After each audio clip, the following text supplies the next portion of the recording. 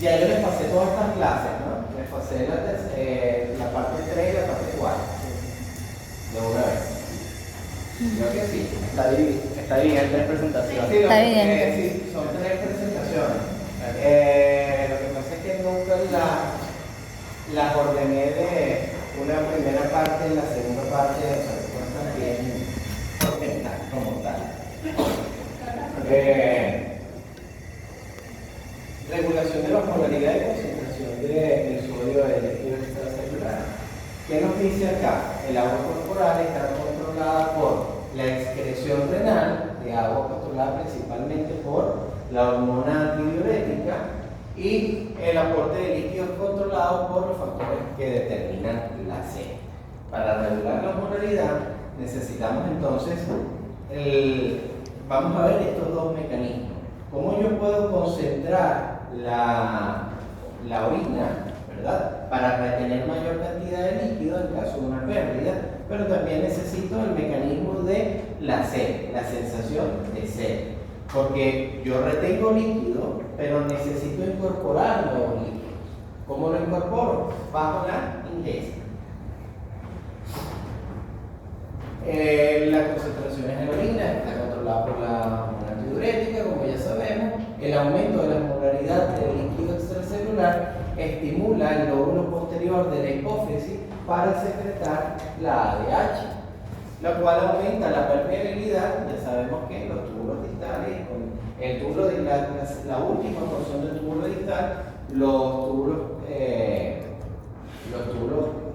conductos colectores y los túbulos colectores. En cambio, la disminución de la osmolaridad, ¿verdad?, del líquido extracelular causa lo contrario. Si yo tengo una osmolaridad baja, ¿verdad?, tengo una mayor concentración de agua, ¿qué va a ocurrir? Se va a inhibir la producción de ADH, por lo que no se van a expresar las acuaporinas en las porciones finales de los túbulos renales y vamos a excretar mayor cantidad de líquido. Y obviamente la estimulación de la sed no se va a dar, porque si yo me tengo un exceso de líquido, no voy a tener señalizaciones para incrementar la ingesta de líquido. Eso se comprende. ¿Sí o no? Sí. Hay casos también que pueden alterar, eso ya lo van a ver a nivel de fisiopatología, porque el hecho de que haya un edema, ¿verdad?, o una acumulación de líquido anormal a nivel de los tejidos puede alterar todo este sistema también. ¿Por qué? Simplemente porque la cantidad de agua va a salir de los vasos sanguíneos, van a los tejidos, no se reincorpora esa agua hacia el vaso sanguíneo. ¿Y qué ocurre? Vamos a tener entonces toda una serie de señalizaciones por la falta de líquido dentro del vaso sanguíneo, dentro del sistema circulatorio.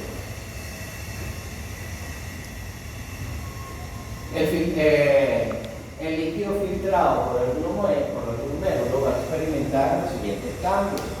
En el túbulo proximal, el líquido tubular permanece isosmótico. ¿Qué quiere decir esto? Que hay un equilibrio entre solutos y agua. En el ADN, el líquido tubular se diluye.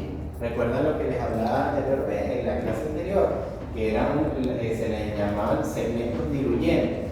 ¿Por qué? Porque había una absorción de solutos más no de agua, por lo que la cantidad de solutos disminuía en ese líquido y las concentraciones de agua, como se lo entiende, quedaba entonces diluido todo ese contenido.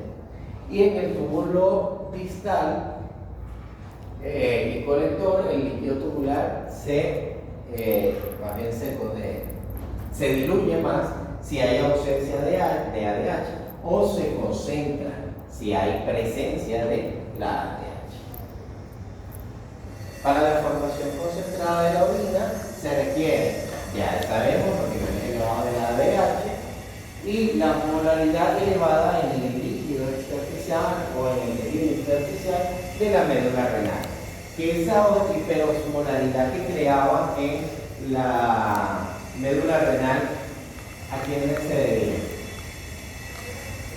¿Quiénes son los protagonistas de crear la hiperosmolalidad en la médula renal? Por allá atrás. Claro. ¿Cuáles son los protagonistas para crear la hiperosmolalidad en la médula renal? Las concentraciones de los sólidos. ¿Pero cuáles?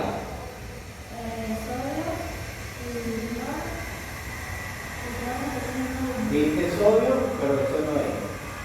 ¿Qué otro? Cloro. ¿Qué más? Y urea. Recordábamos que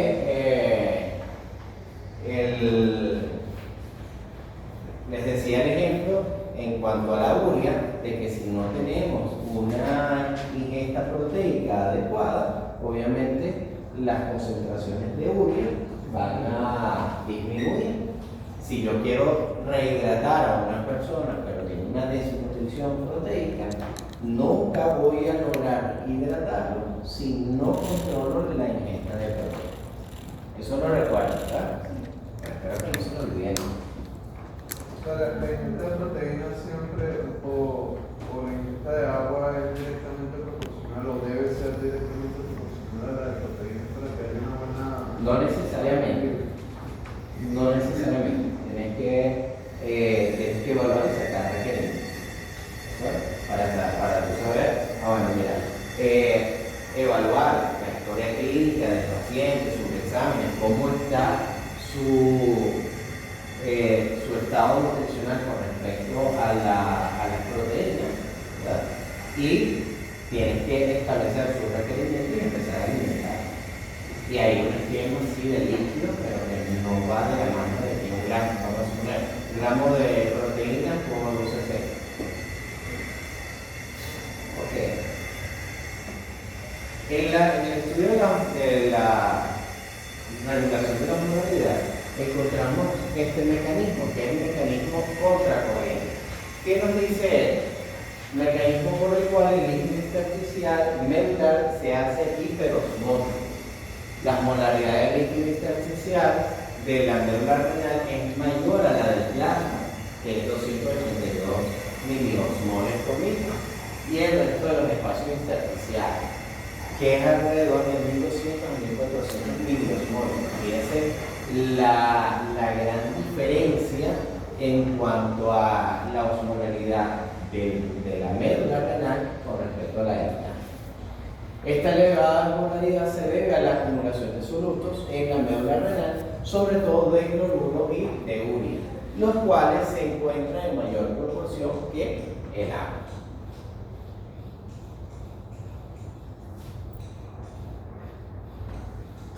Este mecanismo contracorriente nos habla de, ¿cómo les explico? De cómo mantener la hiperosmolaridad a nivel del plasma, a nivel de la médula renal, y es lo que yo les conversaba la vez anterior de cómo estaban dispuestas los capilares peritubulares, ¿verdad?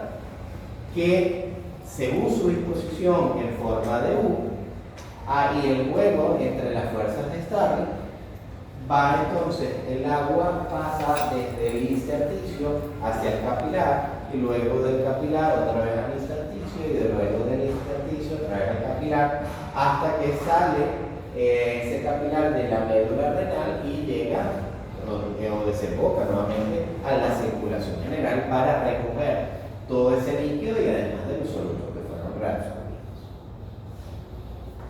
¿Qué factores contribuyen al incremento de las concentraciones de solutos en la médula renal? El transporte activo de iones sodio y con transporte de potasio, cloruro y otros iones desde el segmento grueso de la rama ascendente de la ADN al intersticio medular, transporte activo de iones desde los túbulos colectores al intersticio medular, la difusión pasiva de grandes cantidades de urea desde los túbulos colectores medulares al intersticio medular, y la poca difusión de agua desde los túbulos medulares al intersticio medular. El papel de la urea en la hiperosmolaridad del intersticio, ya la conocemos. La urea crea ese medio hiperosmolar en la médula renal y gracias a ese medio hiperosmolar, que es incluso mucho más potente que el que crea el mismo cloro, y siempre que haya presencia de ADH, va entonces a favorecer el arrastre de agua desde los túbulos renales hacia la médula y obviamente hacia los capilares periculares.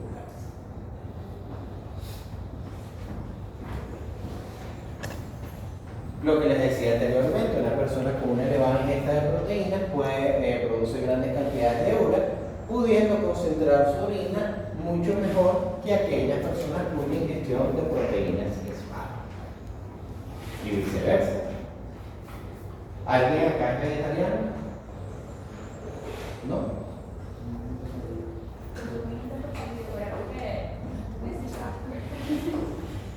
Me gustaba. Tú eres como, ¿te has visto la serie esta de Big Bang Theory? Sí. El primer capítulo, que sale Penny, entonces le preguntan acerca de, bueno, ella dice, bueno, soy vegetariana, pero de vez en cuando como carne, a veces pescado, pollo, me encanta la carne, amo la carne, entonces dice, bueno, no soy vegetariano, pero cuando yo estudiaba, en pregrado, tenía un amigo también que le dio una vez por defensa vegetariana. Pero era con los animales, porque eran cositas. Bueno, eso es bastante válido. Él fue por moda. Si yo tuviese una granja o tuviese un terreno y tuviese animales, también sería vegetariano. Yo no pudiera agarrar y criar un cochino para comer. Una vaca, no pudiera. Pero bueno. Las personas vegetarianas obviamente tienen mayor riesgo de sufrir deshidratación. ¿Por qué razón? Porque muchas veces el vegetariano o la persona que decide ser vegetariana no realiza bien ese plan nutricional, esa tendencia alimentaria, por así decirlo. Entonces muchas veces no cumplen sus requerimientos de proteínas desde la parte de las proteínas de origen vegetal. Papel de los vasos rectos en el mantenimiento de la osmolaridad. Gracias a la forma de U se reduce al mínimo la pérdida de solutos del intersticio, absorbiendo prácticamente solo lo que se ha reabsorbido en los túbulos medulares. Existen dos características importantes que contribuyen al mantenimiento de las concentraciones elevadas: el flujo sanguíneo, el bajo flujo sanguíneo medular y los vasos rectos como intercambiadores de contracorriente. Esto es lo que quiere decir lo mismo que estábamos hablando de la disposición en uno de los vasos peritubulares, los capilares peritubulares. Bueno. Y esta imagen, que está mucho más bonita, la que yo les dibujé la semana pasada, que es una pizarra, en donde vemos cómo hay un paso de sustancias hacia el capilar, después del capilar otra vez a la médula, y después de la médula otra vez al capilar para su salida hacia la circulación. ¿Qué puede alterar la capacidad de concentración de esa orina? Secreción inadecuada de DH, que pudiera ser por quizás algún tumor a nivel de la hipófisis, deterioro del mecanismo de contracorriente, ¿verdad? Un aumento de las presiones, de la presión arterial, ¿verdad? Pudiera alterar entonces la hiperosmolaridad de la médula, lo que causaría entonces que estuviese mucho más diluida. Incapacidad tubular para responder al ADH, quizás algún factor genético en donde no se expresen los receptores para la ADH o alguna anomalía en alguna proteína activadora ya cascada abajo, una vez que se une el ADH a su receptor, y toda la parte metabólica que va a ocurrir dentro de eso.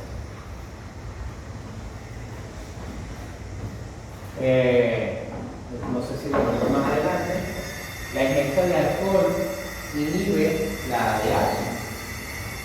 ¿Cuál alcohol? ¿Cuál bebida alcohólica? Todas.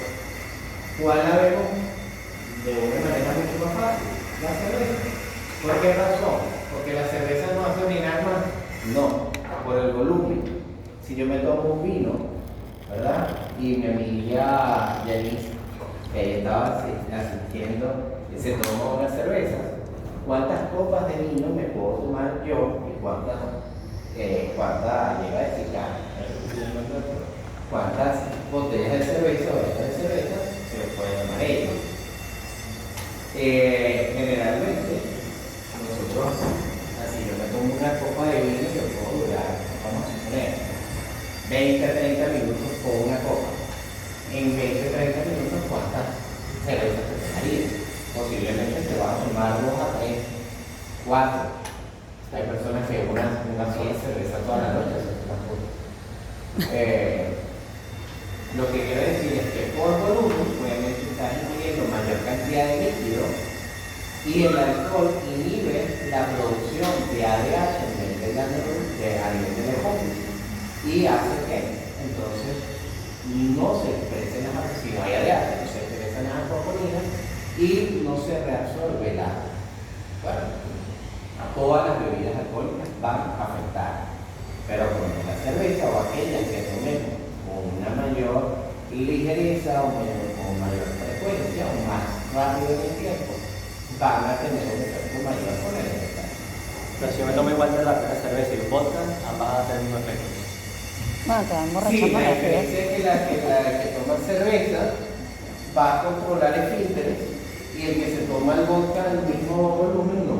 Te vas a desmayar y te vas a hacer los pantalones y no te vas a acordar. Sí, pero también de volumen. O sea, si nos tomamos unos whisky, ahorita, ¿cuántos? Primero vamos a hacer alcohólicos. O sea, que nosotras no había la mañana. Pero ¿cuántos whisky nos tomamos antes de pararnos a ir? Entonces, la cantidad de líquido también afecta. ¿Qué le quiero decir esto? Que cuando ingieren bebidas alcohólicas, nos estamos deshidratando. Siempre que vayan a beber bebidas alcohólicas, hidrátense. Sí, hay una pérdida de agua, sí, pero por lo menos algo de lo que estamos tomando va a quedar en nuestros tejidos y nos ayuda a hidratarnos y que la resaca va a ser menor. A nivel del sodio en el líquido extracelular, el sodio es el ion más abundante en el líquido extracelular, por lo que la osmolaridad y su concentración están estrechamente ligadas. La osmolaridad entonces se va a medir según las concentraciones de sodio que hay en los líquidos extracelulares.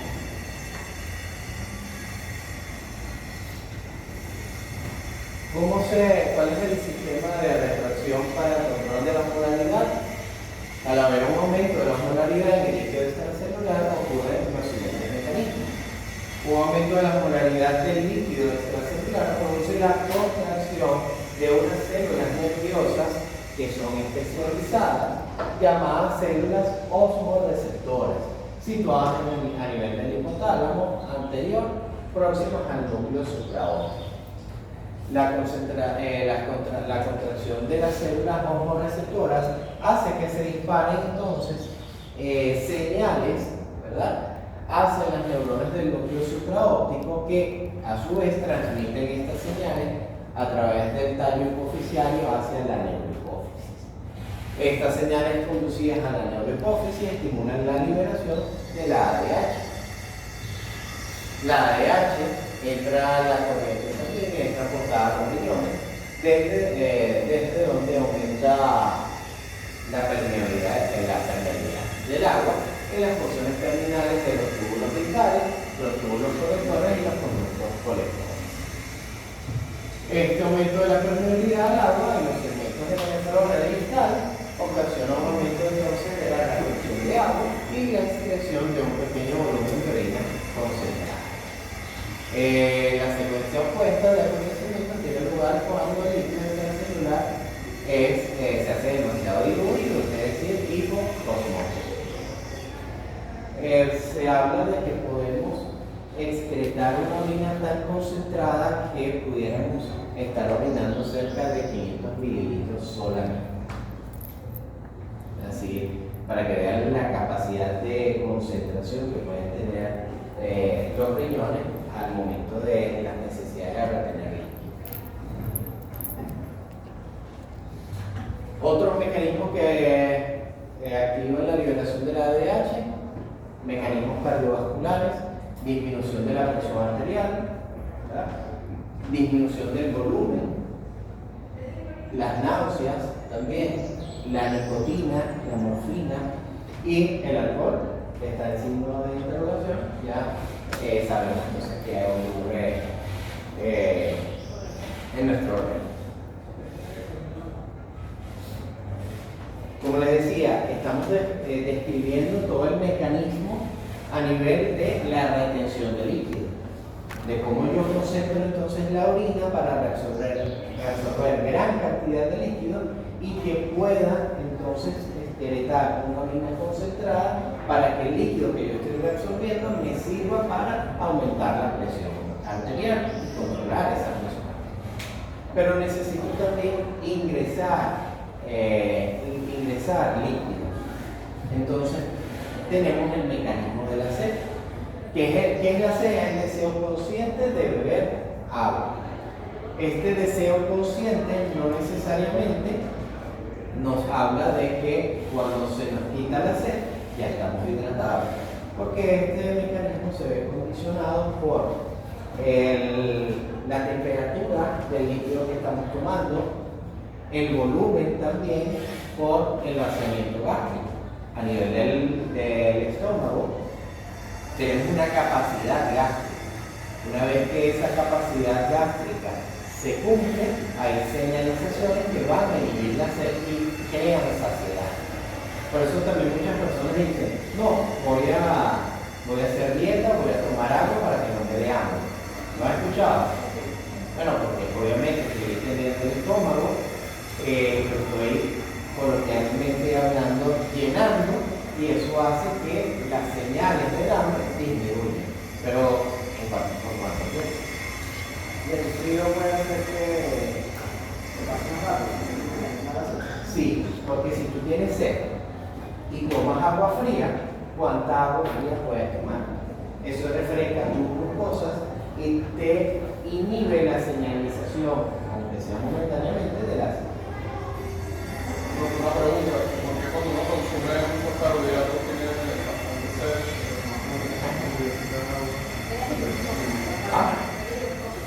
A mí me pasa cuando como grasa. No, a nivel metabólico, sí, no me acuerdo. A nivel metabólico, hay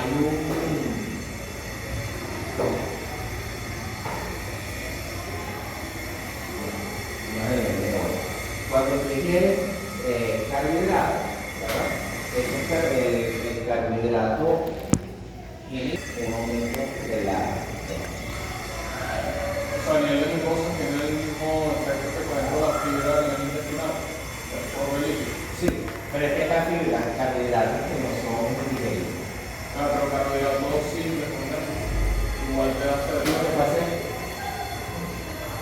Lo que pasa es que el carbohidrato simple crea un efecto hiperosmolar, que es más bien a nivel del intestino, aumenta la secreción de agua del intestino hacia la luz.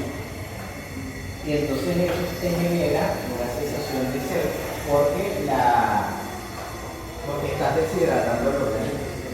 Bueno, Solo que por ese efecto, diarrea osmótica. eso puede causar una diarrea osmótica. Bueno, porque hay un aumento de la osmolaridad en la luz intestinal que arrastra líquido desde el intersticio hacia la luz. control de la sed está ubicado en el hipotálamo, en la cercanía de la región anteroventral del tercer ventrículo y del núcleo supraóptico. Fíjense que está cercano a esas células homoreceptoras, en donde se encuentran las células homoreceptoras que se excitan con pequeños aumentos de la molaridad del líquido extracelular. Existe otra pequeña área situada anterolateralmente en el núcleo preóptico que al estimularse eléctricamente produce el deseo de beber agua. El que tenga deseo de beber otra cosa ya son cosas culturales. Estímulos ¿cuáles son los estímulos activadores? Incremento de la polaridad, obviamente, descenso del volumen sanguíneo y la presión arterial, la angiotensina 2 y la sequedad de la boca y mucosa del esófago. Fíjense que si ustedes sacan un poquito la lógica, todos estos mecanismos, ¿en qué intervienen? En el control de la presión. Y todos van a trabajar de una manera sinérgica para aumentar la presión arterial, aumentar la retención de líquido, aumentar entonces la ingesta de líquido. No es que la angiotensina 2 directamente estimula las células homoreceptoras para que se active la sensación de sed. Pero si la angiotensina 2 se está dando, ¿qué quiere decir? Que hay una disminución de la presión arterial, ¿verdad? Hay una disminución de las concentraciones de sodio, por lo que se desencadena todo este sistema renina-angiotensina-aldosterona, ¿verdad? Y al final, ¿qué requiero? Necesito también líquido para ayudar a reponer esa presión arterial. Esa necesidad de líquido estimula la ADH para aumentar entonces la reabsorción de agua y va a estimular, si necesito también líquido y hay una disminución de la presión arterial, ¿verdad? El medio extracelular se vuelve hiperosmótico, lo que activa entonces más aún la ADH y activa la sensación de la sed. ¿Se comprende? Todo va de la mano, aunque cada uno de los mecanismos los estudiamos aparte, de una manera separada, individual, todo confluye a que aumente la presión arterial, retención de líquido, la absorción de ese líquido y la ingesta de nuevo líquido. Estímulos inhibidores, la distensión gastrointestinal, como les hablaba, la saciedad, porque crea saciedad e inhibe, aunque sea momentáneamente, el deseo de tomar agua. La temperatura, como les decía también. El calor inhibe la contracción de líquido y así la presión rápida. Que el calor, Sí, yo recuerdo que por si de tomar cosas calientes te puede llegar más rápido que tomar algo frío porque no puedes controlar los líquidos con el calor, entonces va a pasar más rápido.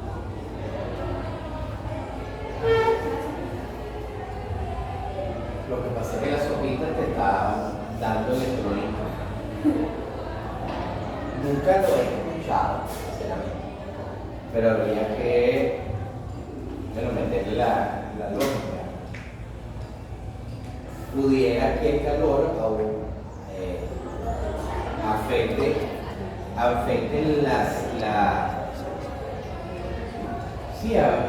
lo que es la vasodilatación, la vasoconstricción, y que sí causa una dilatación por efecto metabólico. Entonces habría que hacer el experimento. Como las personas que los deshidratamos, los ponemos a correr otra vez 10 minutos, entonces ahora nos damos una agua a temperatura ambiente, a otra persona le damos agua fría, a otra persona le damos un consumidor de papel para que le suba la plaqueta. Entonces vemos y pesamos a cada uno antes y después de la tasa de hidratación. Pudiera ser Ese puede ser parcial. Probamos el parcial.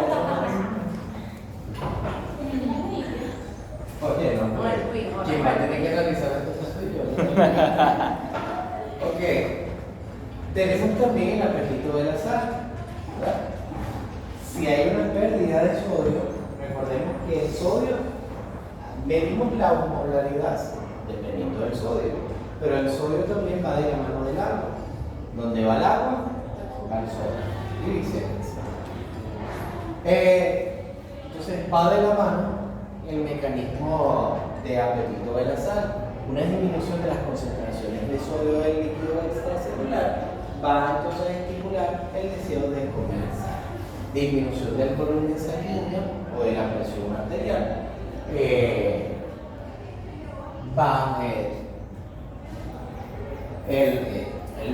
la disminución del volumen sanguíneo o de la presión arterial más bien va a inhibir, porque si estoy disminuyendo la cantidad de líquido, se va a concentrar en ese sodio, y ese sodio, si tengo el sodio elevado, disminuye el apetito de la sal. Por eso es que las personas hipertensas consumen mucha sal, por eso se da esa hipertensión. No, en ese caso es un tema más cultural, realmente, de estar acostumbrado a salar la comida. Y a eso hay que estudiarlo, aunque nosotros, de una manera muy general, al paciente hipertenso le eliminamos la sal, ¿verdad?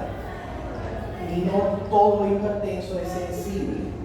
Están las personas sodio sensibles, que cuando consumen sal aumenta la presión arterial, pero ahí están las personas que son sodio insensibles o no sodio sensibles, en donde el consumo de sal realmente no afecta. Uno debería de estudiar más a fondo la sensibilidad al sodio de la persona antes de agarrar y ya meternos a todos en el mismo saco y a todo el mundo le quitamos la sal. Agarras y le das una carga de sal, mides la presión arterial y vas monitoreando. Con esto terminamos esta parte de el control de la osmolaridad. ¿Alguna pregunta, duda? Es fácil esta parte.